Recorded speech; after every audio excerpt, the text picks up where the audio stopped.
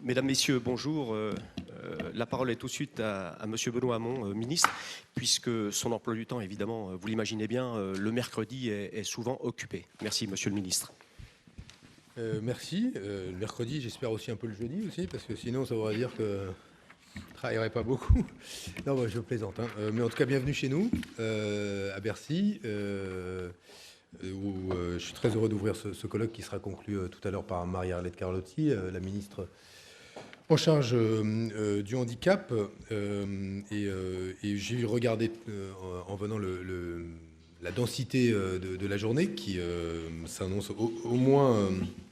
qui s'annonce aussi riche que sera ma journée tout à l'heure. Alors pardon, je serai obligé de vous quitter immédiatement après la fin de ce propos d'introduction, puisque je vais rejoindre le traditionnel Conseil des ministres du mercredi matin. Donc très heureux de vous recevoir à Bercy pour parler à la fois consommation avec l'INC, dont je salue le président, qui prend une belle initiative avec Andéo aujourd'hui de vous réunir ici, pour parler consommation et handicap, et de voir de quelle manière, pour ce qui relève de Bercy, pour ce qui relève du ministère en charge de la consommation, les objectifs qui ont été ceux du dernier comité interministériel au handicap, qui est dernier, mais en même temps, ça faisait longtemps qu'il ne s'était pas réuni, puisque depuis 2009, je crois, il ne s'était pas réuni. L'objectif de ce comité interministériel est d'inscrire dans toutes les politiques publiques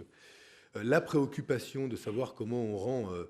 on intègre la question du handicap, des personnes en situation de handicap, et de quelle manière, dans ces politiques publiques, on réfléchit à l'accessibilité universelle, qui est un objectif que nous nous sommes fixés, que vous vous êtes fixés, et pour la consommation, de quelle manière on réfléchit à la conception universelle des objets, des produits,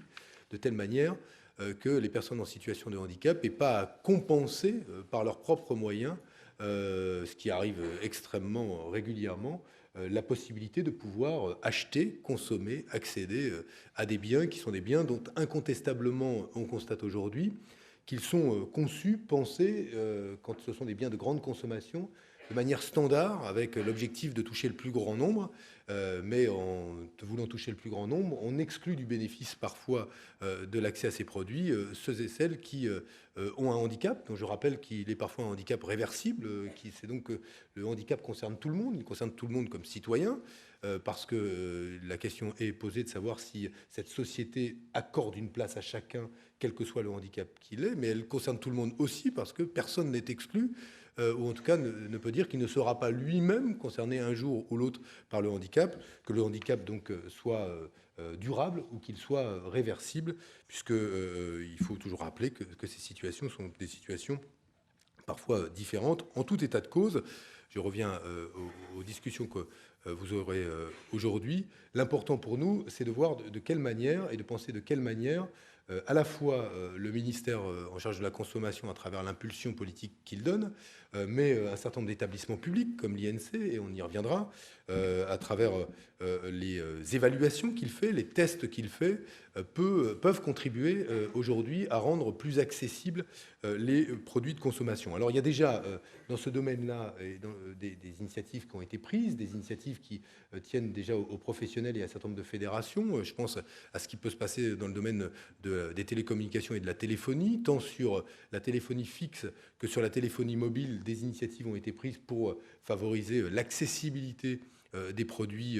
aux personnes en situation de handicap. Et quand je dis en situation de handicap, c'est déjà un terme tellement générique en soi lui-même, parce qu'il existe une multitude de handicaps qui amènent à autant parfois de réflexions, alors qui peuvent stimuler d'ailleurs et l'innovation et la recherche. Et on a vu que pour avoir visité un appartement témoin en matière de domotique, on voit à quel point d'ailleurs la recherche pour faciliter l'accessibilité universelle contribue à rendre la vie facile pour tout le monde, je veux dire, et dans les moyens de communication, dans l'accès à un certain nombre d'objets, dans la commodité d'emploi d'un certain nombre de biens d'équipement. Et quand on fait d'ailleurs, et c'est, je crois, un travail que fait régulièrement l'INC, et dont je salue la directrice générale qui est ici, Madame Scholl, mais quand l'INC fait des tests de produits sur la commodité d'emploi d'une machine à laver le linge, d'une autre machine à laver la vaisselle ou d'autres choses, c'est important aujourd'hui aussi d'intégrer, ça peut faire partie, et ça fera à la suite de l'évaluation des travaux de votre journée, partie des objectifs que nous assignerons demain à l'INC, qu'elle intègre, ce qu'elle a commencé à faire. C'est la raison pour laquelle elle organise le colloque avec Andéo aujourd'hui, dont je voudrais saluer le président et à qui je redis qu'il est le bienvenu ici, pas juste pour y laisser de l'argent, hein, parce qu'à Bercy on ne fait pas qu'il laisser de l'argent, encore que méfiez-vous, dans certains couloirs ici ça peut être dangereux, mais bon, mais que vous êtes bienvenu pour qu'on accélère ou qu'on améliore les conditions dans lesquelles l'INC et son magazine, 60 millions de consommateurs, rendent public un certain nombre de tests qui démontrent ou discriminent, au sens positif du terme, les produits, les marques, les enseignes, selon l'implication qui est la leur et la réalité des produits qu'elles vendent et la commodité d'emploi des biens, le fait d'avoir pensé le handicap ou comme un des ingrédients qui permet de rendre ces produits accessibles à tous. Donc moi, je me réjouis d'ailleurs de cet engagement-là, mais ce que je voulais vous dire, c'est qu'effectivement, c'est une réflexion que nous avons, que moi j'intègre à la fois comme ministre de la Consommation et comme ministre en charge de l'économie sociale et solidaire, qui est un autre volet de mon action. Mais il me semble effectivement tout à fait aujourd'hui important que l'on puisse impulser et inscrire dans nos politiques la question du handicap et pour ce qui est de la consommation, de faire en sorte demain qu'un certain nombre de filières professionnelles poussées en cela par les pouvoirs publics, en agissant main dans la main avec les associations et les organisations qui représentent les intérêts des personnes en situation de handicap, que nous puissions favoriser l'accessibilité universelle, trouver des formes, en tout cas tendre vers la conception universelle des produits, même s'il faut être honnête, les cycles d'innovation, les cycles de renouvellement amènent aujourd'hui beaucoup de marques d'enseignes à mettre sur le marché régulièrement des produits nouveaux. Tout l'enjeu est que la question de la prise en compte du handicap et donc de la commodité d'emploi ou de l'accessibilité de ces différents produits puisse être intégrée comme une donnée constante de l'innovation et comme un élément ou un ingrédient aujourd'hui indispensable. Mais je le redisais, c'est ce qui est très frappant dans ce qui se passe, notamment, je trouve, dans le champ de la domotique, c'est de quelle manière la réflexion sur le handicap est en train de changer l'habitat. Et en changeant l'habitat, ne le change pas que pour les personnes en situation de handicap, le change évidemment pour les valides aussi et toutes celles et ceux qui bénéficieront de ce qui se fait d'une porte coulissante en passant par des moyens d'allumer la lumière ou de déclencher un robinet, etc., par des moyens de communication tout à fait nouveaux. Moi, je vois aujourd'hui qu'une partie de la recherche amène à ce que désormais les communications Internet se fassent juste par la lumière, et le simple fait d'allumer la lumière vous permet d'accéder à Internet. Ça fait partie des innovations sur lesquelles les Français sont particulièrement en pointe, mais on voit bien tout le champ qui est celui aujourd'hui de l'amélioration du quotidien. Et de ce point de vue-là, c'est la recherche et l'innovation qui se fait dès lors qu'on se pose des enjeux, des défis liés à des barrières ou des verrous qu'il faut faire sauter, le handicap étant une des barrières, un des freins qui limite l'accès à un certain nombre de produits. Quand on fait sauter ce type de barrières ou qu'on cherche à les faire sauter, ces freins, évidemment, c'est toute la société qui en bénéficie. Ce que je voulais vous dire, c'est qu'outre l'engagement donc du gouvernement à travers ce comité interministériel que rappellera ce soir Madame Carlotti, il y a donc la volonté de la part de mon ministère de faire en sorte qu'avec l'INC, on puisse être en situation d'apporter une contribution qui est une contribution très concrète. On est en train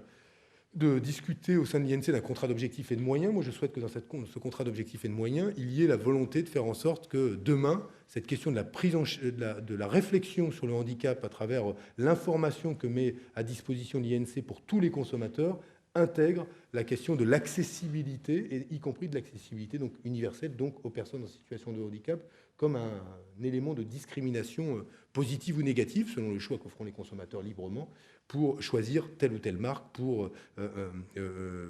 signaler ou distinguer telle ou telle enseigne. Voilà ce que je voulais vous dire. En tout cas, je suis très heureux qu'on puisse aujourd'hui se retrouver à Bercy. Très heureux que vous puissiez mener ce colloque ici, en tout cas dans ces murs, et entre ces murs. Il y a beaucoup de choses qu'on pourrait discuter, en tout cas ici, sur la question du handicap. Je suis très heureux qu'on parle de la vie quotidienne, parce que je suis en plein dans l'examen d'un texte sur la vie quotidienne, c'est-à-dire la consommation, dont on voit qu'il fait, notamment pour le handicap visuel, discuter beaucoup pour ce qui concerne le seul objet qui nous permet, ou en tout cas de compenser notre handicap visuel, le prix des lunettes. Mais en tout cas, je suis très heureux qu'on rentre dans ce concret-là, parce que pour le coup, le ministère de la Consommation est à votre disposition pour discuter, je le dis tout particulièrement au président d'Andéo, sur la façon dont nous pouvons modifier aujourd'hui les règles du jeu, y compris la loi, pour favoriser le fait que dans la vie quotidienne, les achats, la consommation, là aussi, les politiques publiques s'intéressent à la question du handicap et que ça ne se limite pas à des questions financières, à des questions d'accessibilité évidemment du bâti, des questions d'accessibilité des transports, de la voirie, qui sont des questions importantes, mais bien aussi de tous ces objets qui font notre quotidien et de tous ces objets indispensables. Je ne pense pas qu'il y ait grand monde qui puisse imaginer aujourd'hui se passer, quand on est valide, d'une machine à laver le linge, par exemple. Si on peut aujourd'hui faire en sorte que ces équipements intègrent la question du handicap et des différents handicaps, je crois que nous aurons fait là de grands progrès. Donc merci à vous. Bienvenue à Bercy. Pardon d'être aussi court, mais je tenais à être parmi vous au moins pour ouvrir ce colloque. Et bon travail à tous. Je peux vous assurer en tout cas d'une chose, c'est que nous ferons des résultats de ce colloque, un des éléments à partir desquels nous estimerons, nous évaluerons ce que peut être tant à travers l'établissement public et l'INC qu'à travers les politiques du ministère, nous pourrons améliorer l'action qui est celle du ministère de la Consommation en direction de nos compatriotes et concitoyens en situation de handicap. Donc merci à vous.